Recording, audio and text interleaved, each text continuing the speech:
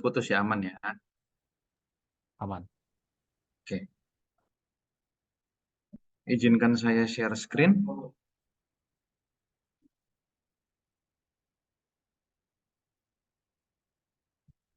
Udah Kakak Gia.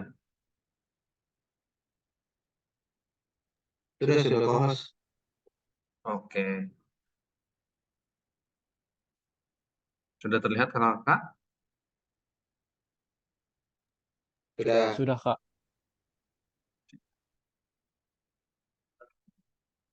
Pada malam hari ini saya akan membawakan khotbah mengenai hadir di kota di yang di hari pertama.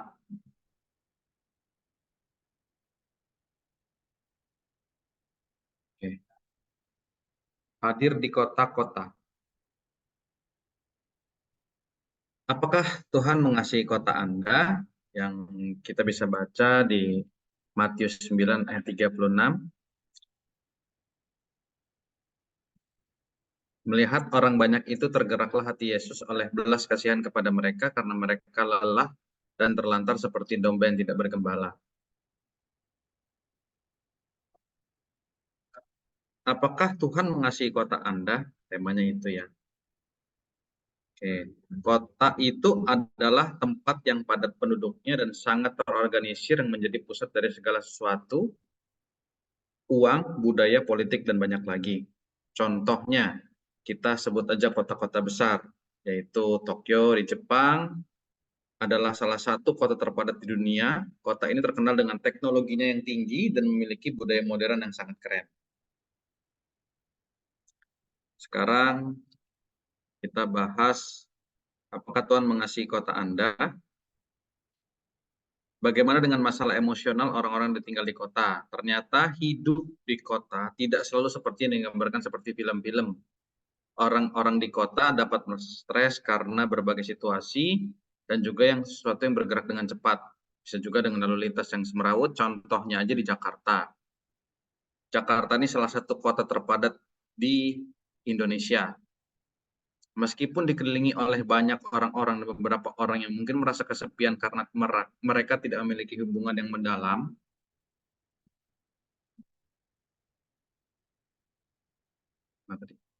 dengan orang lain, kecemasan juga bisa menjadi masalah karena persaingan dan tekanan untuk sukses bisa sangat tinggi. Terkadang depresi juga bisa lebih sering terjadi di kota-kota karena kehidupan bisa sangat padat. Namun inilah kabar baiknya.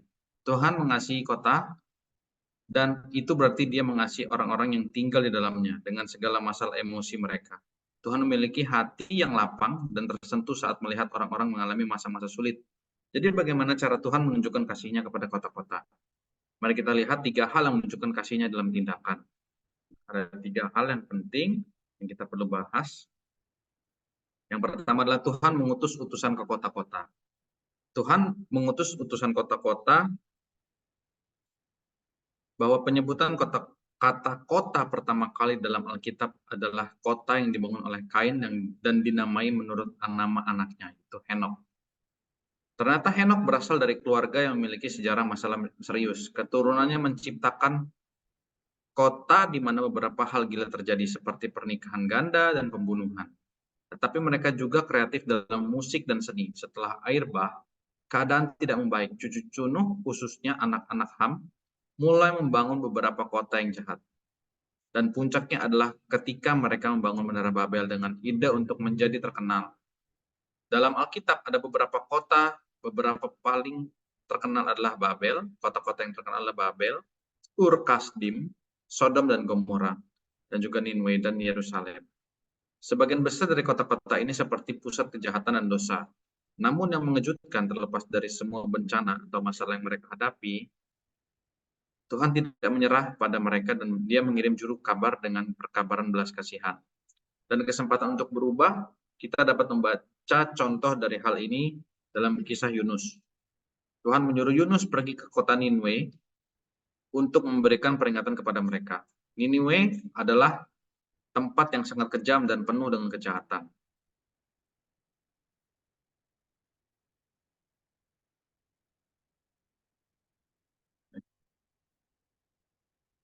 Namun terlepas dari semua kekerasan dan kejahatan mereka, Allah tidak ingin meninggalkan mereka tanpa memberi mereka kesempatan untuk berubah. Dia mengutus Yunus, seorang nabi, untuk memperingatkan mereka. Dan tahukah Anda, kota Niniwe merespon peringatan tersebut dengan bertobat. Dan tahukah Anda bahwa Tuhan juga ingin melihat perubahan dan pertobatan di kota-kota saat ini. Itulah sebabnya dia mengirim utusan-utusannya. Bacalah apa yang Allah katakan melalui salah satu utusannya. Demi aku yang hidup, demikianlah firman Tuhan Allah. Aku tidak berkenan kepada kematian orang fasik, melainkan aku berkenan kepada pertobatan orang fasik itu dari kelakuannya supaya ia hidup. Bertobatlah, bertobatlah dari hidupmu yang jahat itu. Mengapa kamu akan mati, hai kaum Israel? Tetapi tunggu, ini tidak hanya terjadi di zaman dahulu kala. Tuhan masih ingin melihat perubahan di kota-kota saat ini. Seolah-olah dia berkata, "Hei, aku tidak ingin kehilangan hal-hal yang baik di kotamu. Aku ingin Anda bertobat dan berubah menjadi lebih baik." Pikirkan tentang kota Anda sendiri. Kota Anda mungkin penuh dengan hal-hal yang baik, tetapi juga mungkin memiliki isu masalah kejahatan. Namun tetap saja Tuhan terus mengirimkan orang-orang ke kota Anda untuk menunjukkan kasih dan berkata, "Hei, saya di sini, mari kita ubah ini bersama-sama." Jadi jika Anda bertanya apakah Tuhan peduli dengan kota Anda, jawabannya adalah iya, Dia peduli. Tuhan ingin setiap kota menjadi tempat di mana orang-orang dapat hidup dengan damai, sejahtera, dan harmonis.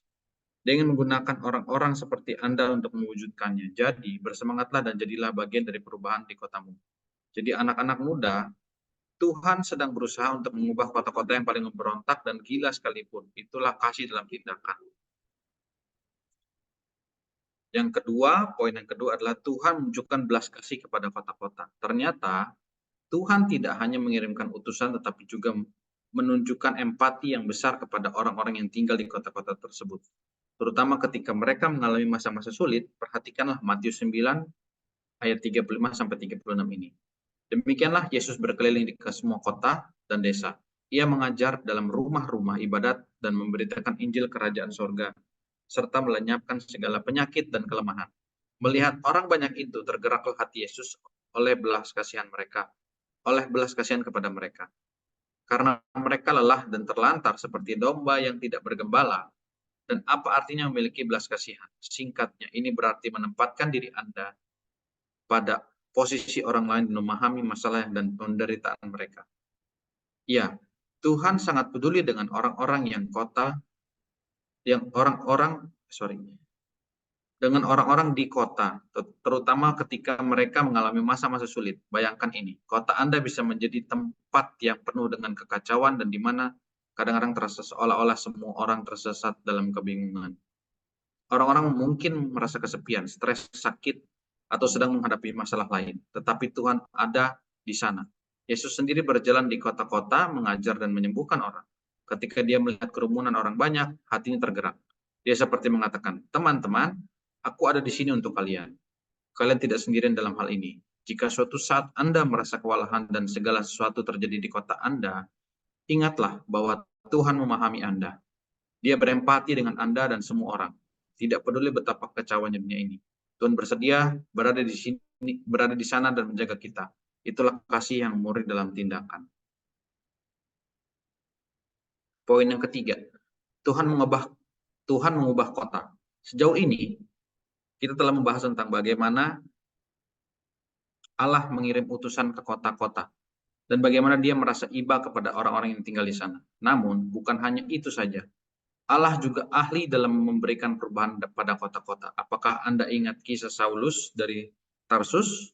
Suatu hari Saulus sedang dalam misinya untuk mengenai orang-orang Kristen dan menuju ke Damsyik untuk melakukan tugasnya. Tetapi tunggu, inilah bagian yang menarik.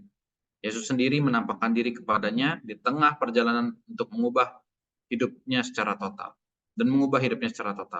Kisahnya ada dalam Kisah Para Rasul pasal 9 ayat 1-6. Saulus yang dulunya adalah musuh terburuk orang Kristen berubah menjadi Paulus, salah satu orang terpenting sepanjang masa. Bayangkan ini.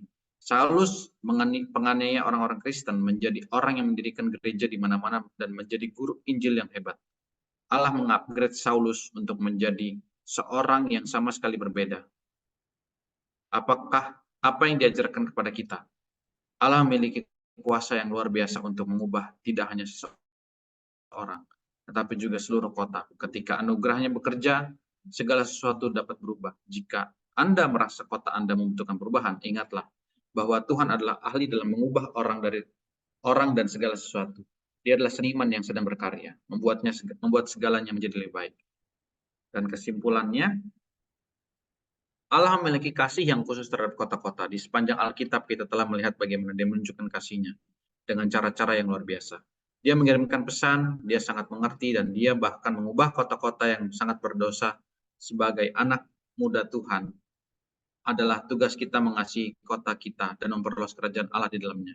Ingatlah selalu bahwa Tuhan sangat aktif di kota kita, dan kita dapat menjadi alat kasih dan belas kasihan-Nya. Mari berdoa agar kasih Tuhan terus mengalir dan mentransformasi di kota kita.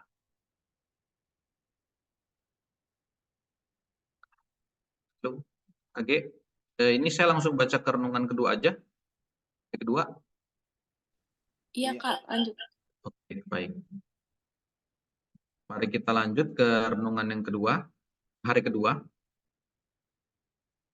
Mengubah kota mengikuti teladan Yesus. Matius 9 ayat 35. Demikianlah Yesus berkeliling ke semua kota dan desa. Ia mengajar dalam rumah-rumah ibadat dan memberitakan Injil kerajaan sorga, serta melenyapkan segala penyakit dan kelemahan. Mengubah kota itu artinya mengikuti teladan Yesus. Hari ini kita akan melakukan perjalanan rohani dan yang terinspirasi oleh Yesus, mempelajari bagaimana kita dapat melakukan pekerjaan misionaris yang efektif di kota-kota. Mari kita bayangkan sebuah kota yang ramai dan penuh dengan tantangan, mirip dengan apa yang Yesus hadapi pada zamannya. Namun sebelum kita masuk ke dalam topik yang menarik ini, izinkan saya untuk berbagi sebuah cerita singkat. Beberapa tahun yang lalu, di tengah-tengah kota yang besar, hiduplah seorang muda. Boleh ini share screen-nya diulang, belum keganti soalnya. Siap. Apakah sudah kelihatan, Kak? Ya, sudah, mantap. Suaranya kok dubbing ya? Namun sebelum kita masuk ke dalam topik yang menarik ini, izinkan saya untuk berbagi sebuah cerita singkat. Beberapa tahun yang lalu, di tengah-tengah kota yang besar, hiduplah seorang pemuda yang bernama David. Di tengah hiruk-pikuk kota, David merasa kewalahan dengan kurangnya harapan dan tujuannya yang ia amati dalam kehidupan banyak orang di sekitarnya. Namun suatu hari, David mengalami sebuah pertemuan yang akan mengubah jalan hidupnya selamanya. Dia berpapasan dengan seorang pria tua bernama Elia, yang menceritakan kepadanya kisah pelayanan Yesus di kota-kota. Orang tua itu mengambil Alkitabnya dan membaca Injil Matius 9 ayat 35. Khotbah mengubah kota, mengikuti teladan Yesus, pekan doa. Demikianlah Yesus berkeliling ke semua kota dan desa. Ia mengajar dalam rumah-rumah ibadat dan memberitakan Injil kerajaan surga, serta melenyapkan segala penyakit dan kelemahan. David memperhatikan ketika Elia menjelaskan bahwa ayat ini menyoroti 3 tindakan utama yang dilakukan Yesus untuk kepentingan kota-kota, yang diwakili oleh 3 kata kerja utama dalam ayat tersebut. Yang pertama, kata kerja mengajar. Mengajar, mari kita mulai dengan kata kerja yang penting. Yang pertama itu mengajar. Yesus menghabiskan waktu untuk membagikan kebijaksanaannya kepada orang banyak di kota-kota. Dalam Matius 9 ayat 35 dikatakan, Yesus berkeliling ke semua kota dan desa. Ia mengajar dalam rumah-rumah ibadat, namun pengajarannya tidak terbatas. Dan pada kata-kata itu juga tercermin dalam cara dia menjalani hidupnya. Hidupnya menyampaikan pelajaran tentang kasih, belas kasihan, keadilan, dan iman. Sekarang mari kita lanjutkan kisah David setelah pertemuannya dengan Elia dan semangatnya yang baru untuk mengikuti jejak Yesus. David merasa terdorong untuk melakukan sesuatu yang benar-benar signifikan daripada hanyut dalam rutinitas kota dan gangguan yang dangkal. Yang memutuskan untuk bertindak suatu sore ketika berjalan-jalan di taman kota, David bertemu dengan kelompok anak-anak muda yang sedang berdiskusi tentang kerohanian dan agama mereka. Karena penasaran, ia pun mendekat dan mulai mendengarkan. Anak-anak muda itu sangat ingin belajar lebih banyak tentang Tuhan dan Alkitab. David terkesan dengan ketertarikan mereka yang tulus dan menggali lebih dalam tentang iman mereka. termotivasi oleh keinginan anak-anak muda ini untuk belajar, David menawarkan diri untuk menjadi mentor mereka. Dia membagikan apa yang telah ia pelajari dan membantu mereka untuk menavigasi tantangan kehidupan kota dari sudut pandang rohani. Selain itu, ia juga membagikan sumber-sumber daring tentang topik-topik rohani dan merekomendasikan buku-buku serta podcast yang telah memperkaya pemahaman kerohaniannya. Para misionaris muda di kota, ambillah inspirasi dari apa yang Yesus lakukan dan dari pengalaman David. Inilah saatnya untuk mengambil tindakan dan membuat perbedaan di kota Anda. Berikut adalah beberapa tipsnya. Adakan kelompok pendalaman Alkitab, kumpulkan teman-teman Anda atau bahkan orang-orang yang tidak Anda kenal, dan adakan kelompok belajar Alkitab di tempat-tempat yang ramah seperti kafe ataupun taman. Ini bukan hanya tentang membaca Alkitab, tetapi juga mengeksplorasi apa artinya dalam kehidupan sehari-hari. Jadilah mentor bagi anak muda lain yang membutuhkan bimbingan rohani. Bantulah mereka menghadapi pasang surutnya kehidupan, bagikan pengalaman Anda dan bertumbuh bersama dalam iman. Berbagi sumber daya, bagikan buku, podcast, dan materi online yang berdampak pada Anda dan yang membahas tentang Tuhan dan keselamatan dengan cara yang relevan dan menarik bagi kaum muda saat ini. Pikirkan tentang apa yang Anda inginkan dan bagikan dengan antusias. Ingatlah bahwa mengajar bukan hanya tentang memberikan informasi, ini tentang menjadi teladan bagi orang lain. Tunjukkan cinta dan kasih sayang dan iman dalam kehidupan sehari-hari. Dan Anda akan melihat bagaimana cahaya Anda bersinar di kota. Siap untuk membuat dampak di PA kita, waktunya sekarang untuk kita orang-orang muda. Yang kedua, kata kerja kedua adalah memberitakan. Sekarang mari kita beralih ke kata kerja kunci yang kedua, memberitakan. Lihatlah kepada Yesus. Dia benar-benar ahli dalam hal ini. Dia tidak hanya membagikan hikmatnya, tetapi juga dengan penuh semangat memberitakan kepada semua orang yang orang-orang berita yang paling menarik dalam sejarah. Kerajaan Allah telah datang, penuh dengan harapan, pengampunan, dan pendamaian. Apakah Anda ingat sahabat kita David? Pemuda yang pernah merasa tersesat di kota Anda mencari tujuan hidup setelah pertemuannya dengan Elia dan semangat barunya untuk mengikuti jejak Yesus. David merasa terdorong untuk melakukan sesuatu yang sangat penting. Suatu hari ketika David sedang berada di sekolahnya, ia memiliki kesempatan yang sempurna untuk mempraktikkan kata kerja memberitakan Injil. Gurunya yang mengaku ateis bertanya kepada David, mengapa ia percaya kepada Tuhan. Saat itu juga, di depan semua teman kelasnya, David berbicara dengan penuh keberanian dan keyakinan tentang alasan dia percaya kepada Tuhan. Ia menjelaskan keajaiban penciptaan dan bagaimana Alkitab memberikan dampak perubahan dalam hidupnya.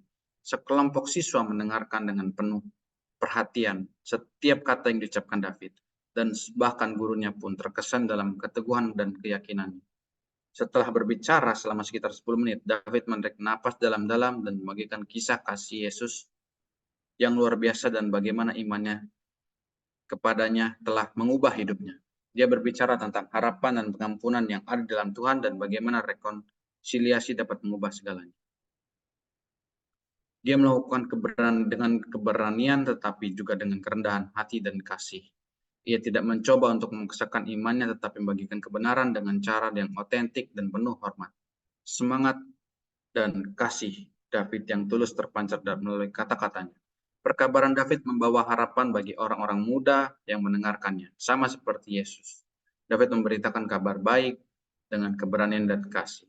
Dan pada saat itu dia membuat perbedaan di sekolah kota, jadi anak-anak memberitakan Injil, bukan hanya berbicara dari mimbar, tapi juga mencari kesempatan setiap hari untuk membagikan kasih Allah kepada orang-orang di sekitar kita. Mari kita ikuti teladan Yesus dan David dan biarkan kabar baik bersinar di kota kita. Anda juga bisa menjadi pembawa harapan perubahan dalam kehidupan sehari-hari. Kata kerja yang ketiga adalah menyembuhkan. Menyembuhkan, Yesus tidak hanya mengajar dan berkhotbah, dia juga menyembuhkan orang sakit dan menghibur mereka yang menderita. Dalam Injil Matius 9 ayat 35 dikatakan bahwa ia menyembuhkan setiap penyakit dan kelemahan di antara orang-orang banyak. Tetapi ingat, ini bukan hanya tentang menyembuhkan penyakit fisik, ini juga mengacu dan penyembuhan luka, rohani dan emosional. Itu adalah bagian penting dari misi kita di kota ini. Mari kita kembali ke David setelah ia mendengarkan orang-orang muda. Ia mulai memahami pentingnya penyembuhan. Suatu hari setelah mendalami pelajaran Alkitab, David merasa di dalam hatinya bahwa Tuhan memanggilnya bukan hanya untuk mengajar dan berkhotbah, tetapi juga untuk melayani dengan cara yang lebih nyata. David menyadari bahwa di kotanya ada banyak tunawisma yang membutuhkan makanan dan pakaian. Dan ada juga orang-orang yang lanjut usia yang jarang dia kunjungi. Dia memutuskan untuk berbicara dengan pendeta dan di gerejanya dan mengungkapkan keinginannya untuk terlibat dalam sebuah kelompok pelayanan. Pendeta tersebut memberitahu dia tentang sekelompok anggota gereja yang memiliki pelayanan untuk menyediakan makanan bagi para tunawisma. Tapi tidak ragu-ragu dan bergabung dalam kelompok ini. Setiap hari Sabtu, setelah kebaktian di gereja, ia bergabung dengan rekan-rekannya untuk menyiapkan sekitar 200 makanan dan kemudian membagikannya di jalan-jalan kota. Pekerjaan ini memenuhi hati David dengan sukacita, dan disinilah ia memahami salah satu cara untuk menggenapi kata kerja menyembuhkan. Penyembuhan tidak hanya berarti mengobati orang sakit, tetapi juga berarti merawat mereka yang menderita. Ini tentang menyediakan makanan, pakaian, dan bantuan kepada para tunawisma. Mengunjungi orang sakit di rumah sakit, menghabiskan waktu dengan para lansia di panti jompo, mengunjungi para janda, menunjukkan kasih kepada anak-anak yatim. Ini tentang melakukan apa yang Anda bisa untuk mereka yang terpinggirkan di kota Anda. Seperti Yesus, Daud memahami bahwa kesembuhan lebih daripada sekedar penyembuhan fisik. Ini adalah tentang menyentuh hati dan meringankan beban mereka yang menderita. Maka seperti kita semua, David menemukan cara yang ampuh untuk memenuhi kata kerja, menyembuhkan di kota. Jadi para misionaris kota muda, mari kita ikuti teladan Yesus dan David. Mari kita mencari kesempatan untuk melayani mereka yang menderita. Anda dapat membuat perbedaan di kota melalui tindakan Anda yang penuh dengan kasih dan belas kasihan. Kesimpulannya, David pemuda dalam kisah kita mengikuti teladan Yesus di kotanya. Dia belajar untuk mengajar, memberitakan Injil, menyembuhkan, dan pekerjaan misionarisnya mengubah kehidupan banyak orang. Hari ini sebagai misionaris muda di kota-kota, kita memiliki kesempatan yang sama untuk menjadi agen perubahan. Ingatlah bahwa mengikuti teladan Yesus berarti mengajar dengan hikmat, berkhotbah dengan kasih, dan menyembuhkan dengan belas kasihan. Dengan demikian kita dapat menjadi alat perubahan di kota-kota kita, membawa harapan dan kasih Tuhan kepada mereka yang paling membutuhkan. Biarlah misi ini menjadi semangat dan komitmen kita. Amin. Dengan demikian renungan saya sampaikan. Amin. Saya Terima kembalikan kasih kepada Kak. host.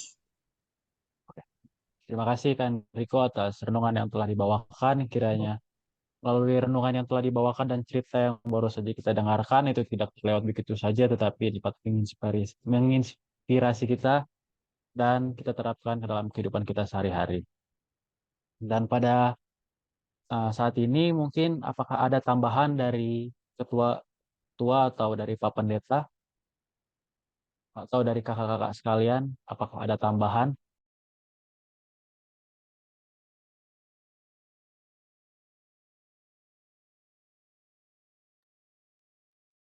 Mungkin dari Kak Oi atau ada dari Pak Pendeta. Baik, terima kasih. Sedikit aja, walaupun tadi udah disampaikan, yang khusus yang kedua kalau nggak salah ya. Jadi, suara saya kedengaran ya. Jadi, yang kau mau kasih menguatkan lagi, di kota-kota besar ini atau saat dimanapun kita ada, dikasih tahu itu biar kita boleh mengajar. Mengajar itu bukan hanya memberi informasi katanya ya, tapi dengan mereka melihat contoh dari kita bagaimana kasih, kita bagaimana cinta kita, bagaimana kita punya kelakuan atau tabiat kita ya sehari-hari itu bisa menunjukkan kita seperti apa. Terima kasih, itu aja. Terima kasih Pak Ketua. Mungkin dari Pak Pendeta ada tambahan Pak Pendeta. Ya, terima kasih untuk Saudara Enrico yang sudah menyampaikan dua pelajaran malam hari ini ya. Dan intinya adalah mengenai penginjilan di kota. Pertanyaannya adalah, saya mau tambahkan melalui pertanyaan, mengapa kota itu penting untuk menjadi pusat juga di dalam penginjilan. Karena pertama adalah perintah Yesus di dalam Matius 28 ayat 19 dan 20, pergilah jadikanlah semua bangsa muridku. Jadi itu karena adanya perintah agung Yesus, pergilah jadikanlah semua bangsa muridku. Dia nggak bilang pergilah ke desa, atau dia nggak bilang pergilah ke kota. Jadi desa dengan kota dihilangkan, cuma dia gunakan kata pergilah. Artinya berarti ke segala penjuru, baik ke desa maupun ke kota. Jadi itu menjadi tujuan daripada penginjilan yang diamanatkan Yesus kepada kita. Kemudian yang kedua, mengapa kota-kota juga harus menjadi pusat penginjilan? Karena kalau kita lihat perbedaan hidup di desa dengan di kota itu bedanya jauh sekali. Ya kalau kita di desa itu kekeluargaannya bagus sekali kekeluargaannya. Hubungan tetangga satu dengan itu erat sekali, ya. Ini contohnya, nggak usah jauh-jauh lah desanya. Contohnya di desa di daerah namanya Ciranjang. Ciranjang itu kan ada dua kampung, satu kampung Muslim, satu kampung Kristen. Nah, kalau saya beberapa kali ke sana waktu lalu, dan keakraban satu dengan yang lain itu bagus sekali, ya. Mereka saling mengenal satu dengan yang lainnya. Tetangga satu dengan lainnya tuh walaupun berjauhan tapi mereka saling mengenal. Jadi kehidupan di desa itu kehidupan untuk persahabatan, untuk kekeluargaan itu bagus sekali. Nah, sementara di kota itu di kota nggak seperti kehidupan di desa atau di kampung-kampung. Masih ada di kota itu satu tempat atau komplek-komplek yang satu dengan yang lain itu tidak mengenal, tetangga satu dengan sebelah rumah aja nggak kenal. Coba bayangkan di tempat-tempat yang elit, di perumahan elit tuh, misalnya di Pondok Indah. Mana mereka bisa satu dengan yang lain, mereka rumah-rumahnya bagus, rumah-rumahnya indah, sulit untuk mengenal satu dengan yang lainnya. Dan kehidupan mereka itu seperti tertutup, ya. Nah, di saat tertutup ini, maka perintah Tuhan ini bisa menjadi bisa menjadi harapan untuk mereka. Contohnya misalnya tidak bisa dijangkau di rumah karena memang mereka memang ketat sekali. Maka jangkaulah misalnya yang di kantor atau di tempat mana, tempat-tempat umum yang kita bisa temui mereka, yang tidak bisa di mana kalau kita tidak bisa temui mereka di rumah, nah ketemu mereka dengan di kantor atau di tempat yang lain. Tadi Pak Ketua sudah sampaikan, Pak Ketua Roy. Jadi dalam menyampaikan pekabaran itu, maka bukan pekabaran doktrin yang kita sampaikan kepada mereka, tetapi kesaksian hidup kita ini, ya, hidup kita yang boleh menjadi contoh kepada mereka, menjadi panutan kepada mereka. Jadi apa yang kita lakukan, yang kita katakan, yang kita perbuat, yang kita ucapkan, itu adalah salah satu amanat agung yang Yesus juga perintahkan untuk kita lakukan. Nah, itu sebabnya umat-umat Tuhan dikatakan hendaklah kamu ramah satu dengan yang lainnya. Keramahan itu bukan hanya untuk mereka yang saling mengenal, tetapi untuk yang tidak saling mengenal pun keramahan itu penting sekali, ya. Karena kita tidak tahu berjumpa dengan seseorang yang mengalami beban berat. Jadi dia sementara mempunyai beban berat, bagaimana dia tidak tahu bagaimana cara jalan keluarnya. Nah, tiba-tiba ketemu dengan kita memberikan senyum dan juga keramahan, itu sudah sesuatu jalan keluar yang didapatkan oleh orang tersebut untuk meringankan dia punya permasalahan. Nah, jadi sebagai umat-umat Tuhan, biarlah kita boleh melakukan itu, ya. Yang selama kita masih hidup di kota, mari kita lakukan itu di dalam kehidupan kita supaya dengan demikian maka kita boleh menjadi saksi, ya, menjadi saksi, dan pilihan Tuhan kepada kita itu bukan pilihan yang sia-sia, tetapi pilihan yang betul, yang bisa menjadi hormat dan kemuliaan bagi nama Tuhan. Saya pikir itu tambahan saya. Terima kasih Pak Pendeta atas tambahan yang diberikan.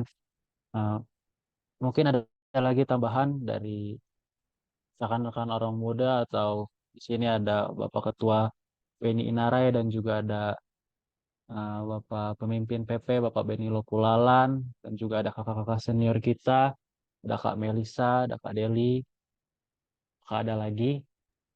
Boleh menambahkan sedikit. Ya, boleh. Jadi kalau mungkin teman-teman orang muda ataupun dari saudara-saudara yang ikut PRI kemarin ada promosi dari pelatihan yang namanya itu Yesaya. Jadi pelatihan ini itu pelatihan penginjilan perkotaan. Ini saya bukan promosi, cuman saya mau highlight dari kegiatan dari mereka ini. Jadi dari kesaksiannya itu dibilang bahwa untuk menginjili orang-orang kota ini susah karena orang-orang kota ini berpendidikan salah satunya dan juga punya tujuan masing-masing mereka hidup di kota ini. Dan juga ada satu fakta menarik bahwa di Jakarta ini, di tempat kita tinggal ini, ada 12 juta orang yang tinggal, yang menjadi tanggung jawab kita sebagai orang Advent. Dan untuk orang Advent sendiri itu kurang dari 400.000 anggota. Jadi kalau dari perbandingannya itu 1 banding 300. Nah, inilah menjadi salib yang harus kita pikul sebagai orang Advent untuk menginjili dan menjangkau orang-orang yang ada di kota itu, yang terutama Jakarta. Itu aja sih tambahan dari saya. Terima kasih. Terima kasih Kakak Noval atas tambahan yang diberikan. Mungkin apakah ada lagi?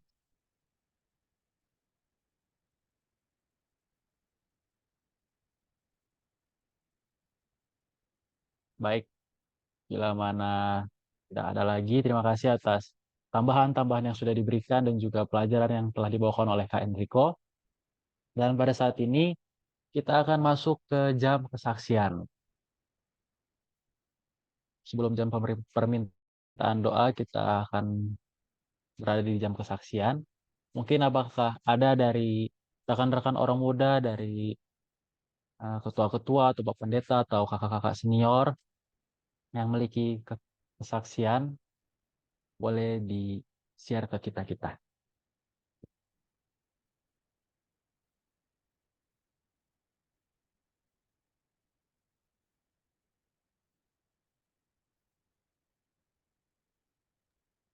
Minta tolong doakan Elena yang sedang sakit. Ya, akan dibawakan ke dalam doa. Terima kasih Kak Roval. Kita akan doakan adik Elena yang sedang sakit. Dan doa CTS dibawakan oleh Kak Roval Sipagariang. Mungkin apakah ada lagi permintaan doa yang lain atau kesaksian?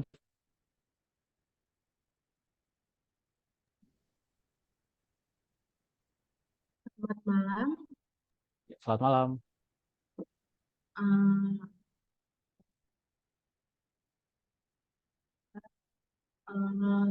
Mohon doanya untuk cuaca. Mungkin di Jakarta juga sama ya, di Tangerang hujan, kadang hujannya besar, 5 menit kemudian berhenti, lalu hujan kembali.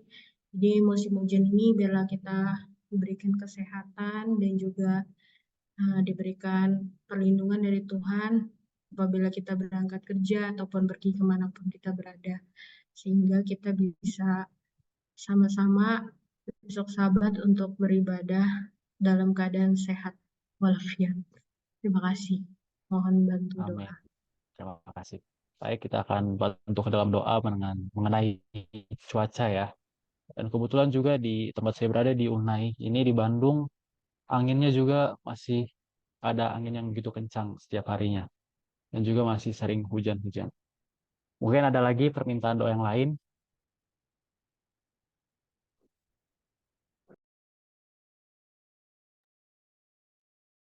Ya, didoakan untuk sahabat ini pada perjamuan kudus.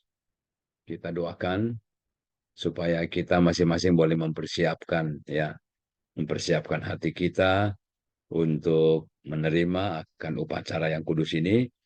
Nah, tadi sudah disampaikan kita diberikan kesehatan, ya, sehingga kita boleh bersama-sama untuk menikmatinya. Dan yang kedua, doakan untuk pelayanan melalui KPA, ya Tuhan, supaya Tuhan memimpin akan di dalam kita menyampaikan akan kebenaran firman Tuhan. Jadi kita ini adalah tugasnya menabur, nanti biarlah kuasa Roh Kudus lah yang akan memberikan tuaian kepada kita, tapi biarlah kita juga minta supaya kita boleh menuai jiwa-jiwa yang memang betul-betul lapar dan haus akan kebenaran, ya, yang memang rindu untuk menerima kebenaran.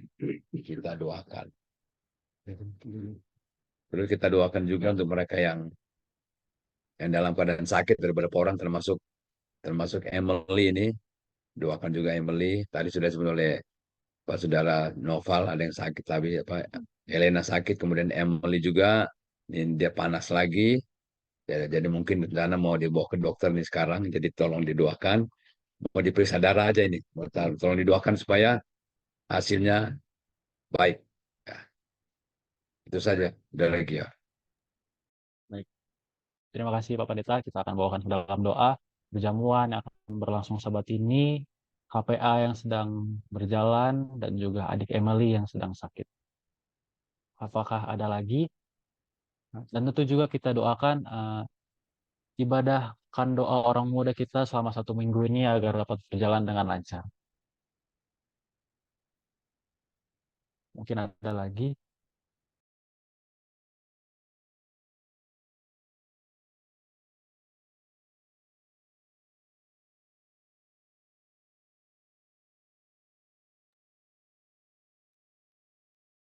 Baik, kalau sudah tidak ada lagi, kita akan berdoa CTS yang akan dipimpin oleh Pastor Noval.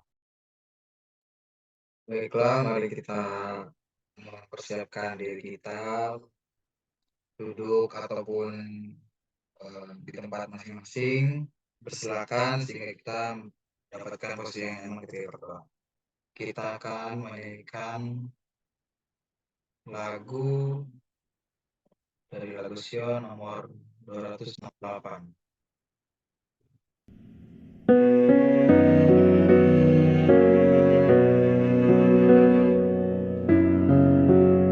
Pada saat berdoa, rendahkanlah hati di kaki juru selamat kita berbakti.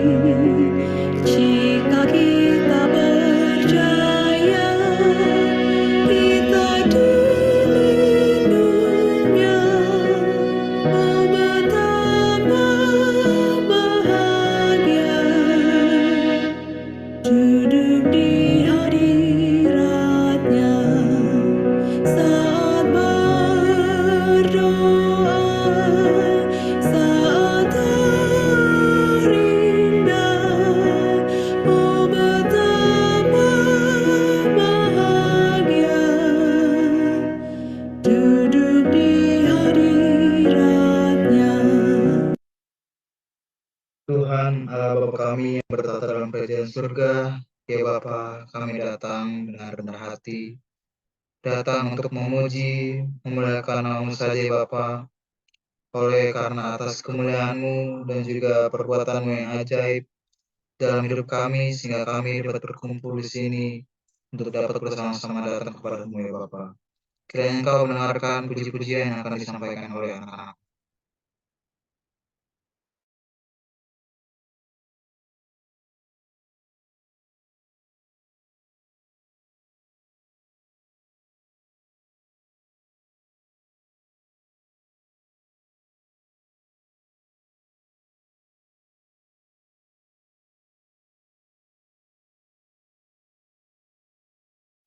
Pada saat berdoa, Yesus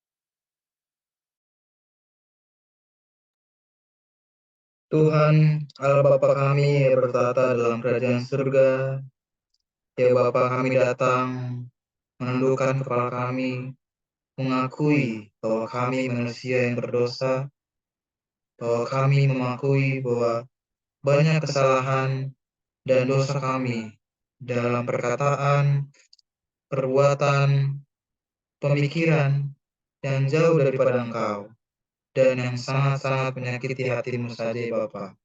Kiranya Engkau dapat mengampuni kami, agar kami tidak menghalangi berkat yang Engkau yang berikan kepada kami, dan supaya kami dapat layak di hadapan-Mu, ya Bapa. Dengarkanlah doa kami.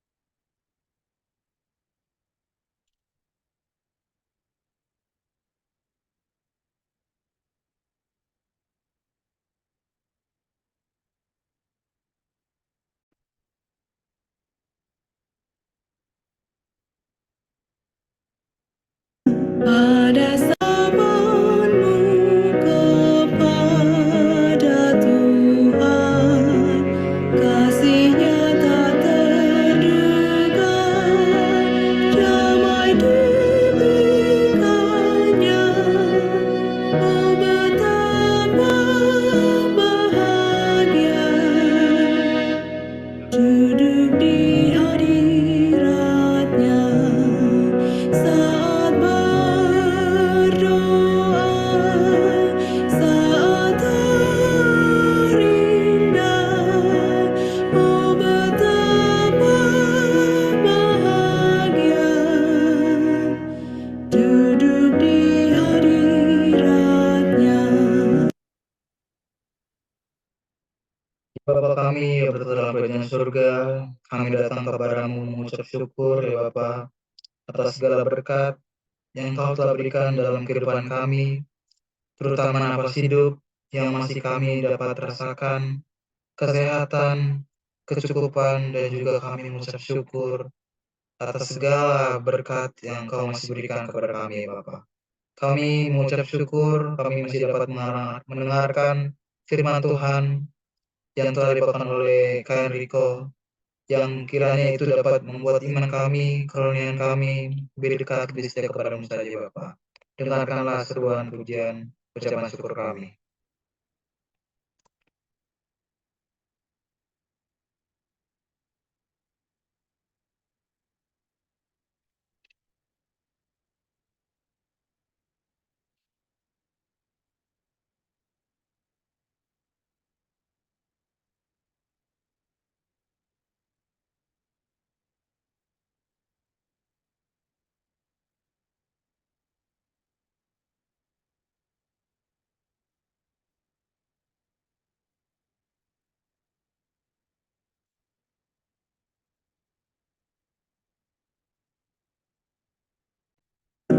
Pada saat berdoa, haraplah padanya berkat yang dijanjinya tentu diberinya, oleh tetap percaya hilang segala duka, oh betapa bahagia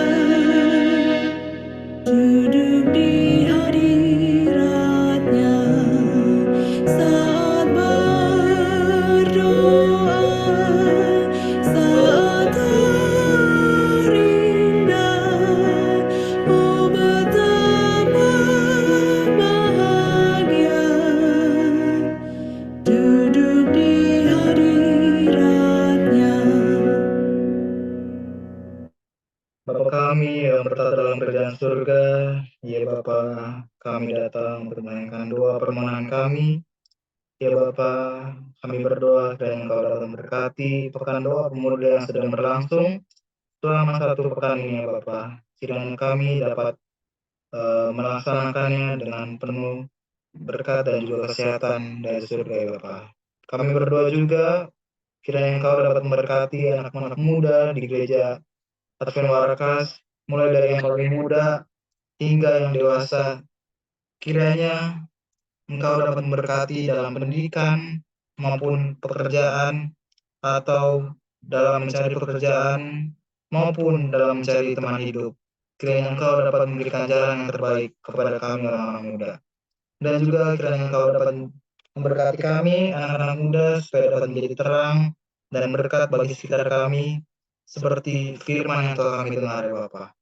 Dan kami memohon doa di sini kiranya Engkau dapat menyembuhkan sahabat-sahabat kami, teman-teman kami, PA Junior ya Bapak, yaitu di sini ada Elena yang sedang sakit, kiranya Engkau dapat menjamahnya dan mengangkat sakitnya ya Bapak, supaya dapat sembuh dan dapat menjadi berkat ya Bapak. Kami juga berdoa di sini ada teman kami, adik kami Emily yang sedang sakit.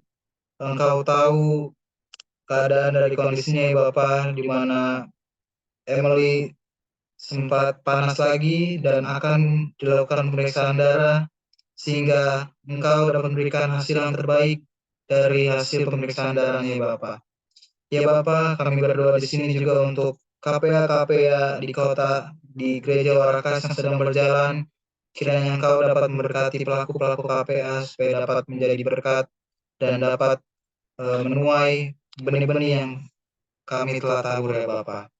Dan kami berdoa di sini untuk cuaca yang akhir-akhir ini sedang berubah-ubah. Kiranya Engkau dapat menjadi pelindung kami dan memberikan kesehatan kepada kami supaya kami dapat menjalani aktivitas kami sehari-hari Bapak. Kami juga berdoa di sini pada sahabat yang akan datang merupakan sahabat perjamuan kudus. Kiranya Engkau dapat memberkati kami supaya kami dapat mempersiapkan hati dan kesehatan kami agar kami dapat beribadah, berbakti, dan merendahkan hati kami pada saat perjamuan kudus yang akan datang nanti Bapak.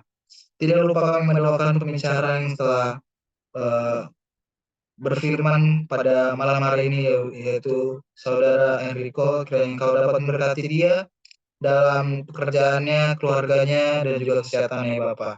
Dan kiranya Engkau dapat mendengarkan permohonan dari anak-anak-Mu ya Bapak.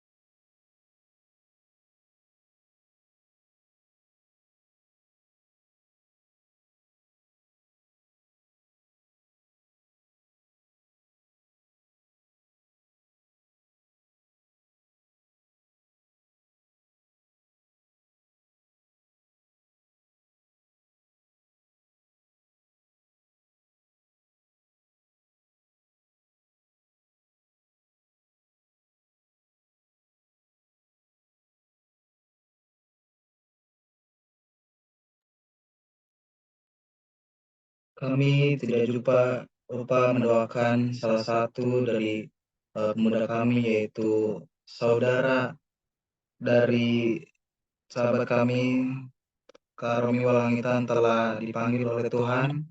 Kiranya Engkau dapat memberikan penghiburan sejati untuk keluarganya dan dapat memberikan kesehatan selama proses penguburan ya Bapak. Untuk itu kita akan berdoa melalui doa yang telah diajarkan oleh Yesus Kristus, yaitu doa Bapa kami. Bapa kami yang ada di surga, dikuduskanlah namamu, datanglah kerajaanmu, jadilah kehendak-mu di bumi seperti di surga.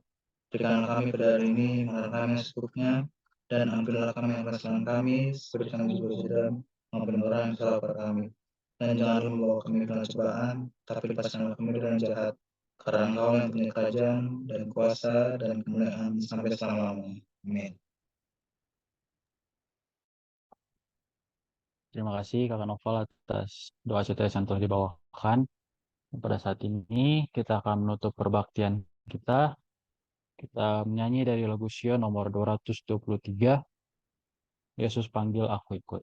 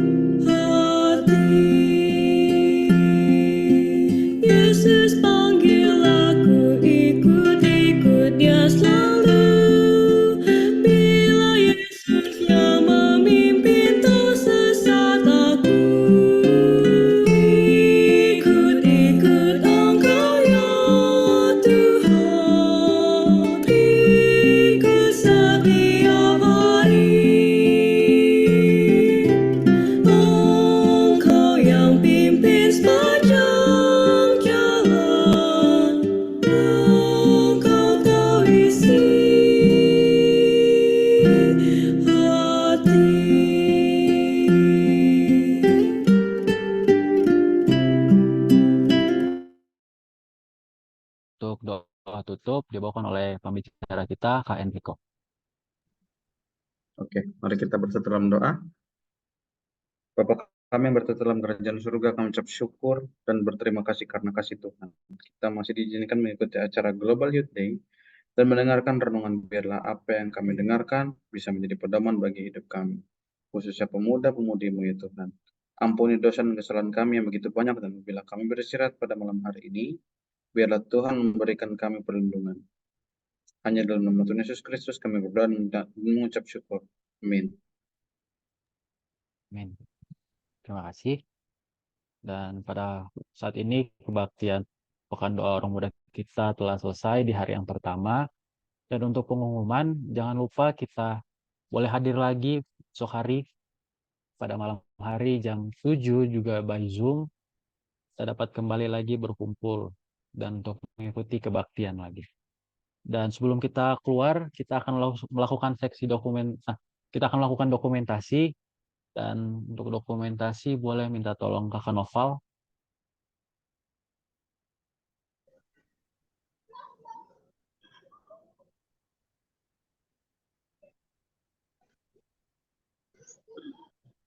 Dan untuk itu mungkin saudara-saudari, Bapak Ibu yang belum buka kamera boleh dibuka agar kita foto bersama.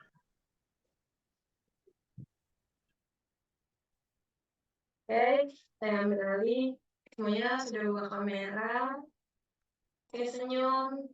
1, 2, 3. Bebas, sekali lagi. 1, 2, 3. Makasih semuanya. Terima kasih semuanya. Terima kasih Selamat semuanya. malam. Terima kasih. Selamat malam. Terima kasih Saudara Enrico. Terima kasih Enrico. Selamat malam semua. Tuhan memberkati semua kita yang hadir malam ini. Amin, amin. Sampai bertemu besok. Selamat malam, Enrico. Malam, Kakak Rahel, Kakak Oma Rahel. Mantap. Mantap, mantap ya Oma ya. Malam Pak Pendeta. Malam, Tante Rahel. Salam untuk Om Peter. Iya, nanti disampaikan. Dia ada di sebelah. Ya. Oh iya, oke. Malam. Salam Sambil sama Ibu beristirahat. Pendeta. Salam Iya. sama Ibu Pendeta. Sampaikan. Dengar-dengar Ibu Pendeta. Oke. Ya. Malam. Oke.